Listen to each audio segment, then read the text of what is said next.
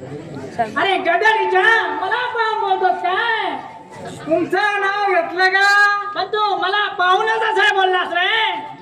मी बोललो नाही. तू बोललास. अरे मी बोललो नाही बा. तू बोललास. आणि होय बोलला. काय करून घेणार रे फेंगड्या नाना? सांगून ठेवतो मला फेंगड्या नाना म्हणू नको, फक्त नाना म्हण. ते माका काय माहित, पण सगळं गाव तुमका फेंगड्या नाना म्हणतात म्हणून मी पण बोललो फेंगड्या नाना. त्याची आई फेंगडी, त्याचा बाप फेंगडा.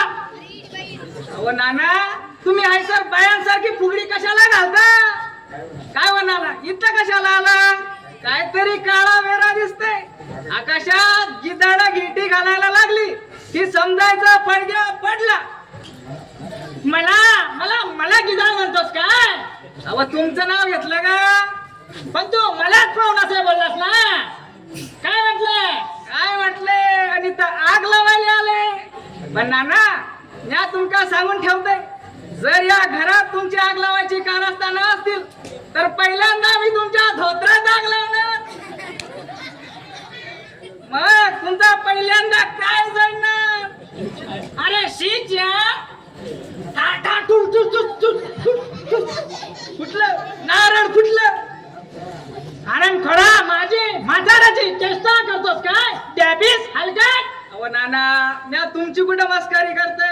म्या तर तुमच्या नारळाची मस्करी करते. चुप. या नानाची सामना करायला गेला तर तुला भारी पडेल. काय म्हटलं? सारी सारी सारी. पण फेंगडू नाण्या, आमचे दुकुळ हात काय केळं खावायला गेले म्हटलं. हा हा बघून घे बघून घे. अरे तुला काय बघितलंस? अरे स्वतःच्या पोरीला पैशाच्या लोभापायी इकू खाऊ बघणाऱ्या तुला माझं काही वाकडं करू शकणार नाही. एक नाही दोन नाही.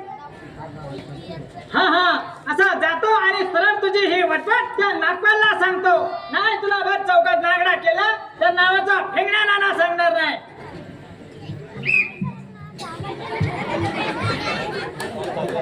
शेवटी फेंगडाच आणि मला नागडा करणार. श्यामबाबू, अव श्यामबाबू. कोण? सदू परतला? अव श्यामबाबू कुठे गेले? सुरेश भाऊजींबरोबर बाहेर गेले. वहिनी साहेब, म्या पण नोकरी सोडून दिले. म्या शेठला सांगितलंय श्यामबाबू नाही तर म्या पण नाही. आणि कोऱ्या कागदावर अंगठ्याचा ठसा लावून म्या पण नोकरी सोडून दिली. अहो भखऱ्याची दुनिया रावली नाही वहिनी साहेब. हा सगळा काम त्या दुसऱ्या ड्रायव्हरांचा. त्यांनीच श्यामबाबूंबद्दल पिना मारल्या असतील. गेल्या महिन्यात श्यामबाबूंचा एकदम 200 रुपये पगार वाढवला शेठनी. हे बघून त्या ड्रायव्हरांच्या डोळ्यात थुकसले. शिरा पडली त्यांच्या तोंडावर. पण येताना सगळ्यांना सांगितलंय, ज्यांनी ज्यांनी श्यामबाबूंबद्दल पिना मारल्या असतील त्यांची नावं जर मला समजली तर त्यांच्या हातात मी वायफाय बनवून टाकणार. सदू, तू उगाच नोकरी सोडली. त्यांना हे ऐकून फार वाईट वाटेल रे.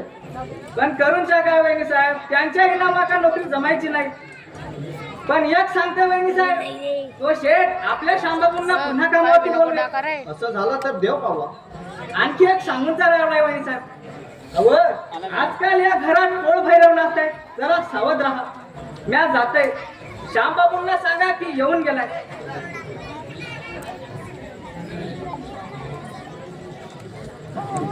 कुठं आहे तो आरामखोर?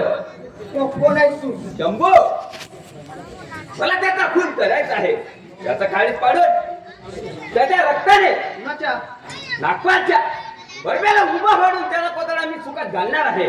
त्यासाठीच तुरुंग सोडून बाहेर आलो आहे. नागपाल इथं आला होता. हो, थोड्या वेळापूर्वी इथे येऊन गेला तू. नागपाल, नागाच्या अवलादीचा नागपाल, सावध राहा. हा खतरनाक शंभू तुझ्या रक्ताच्या गोटासाठी तो आणलाय. हो.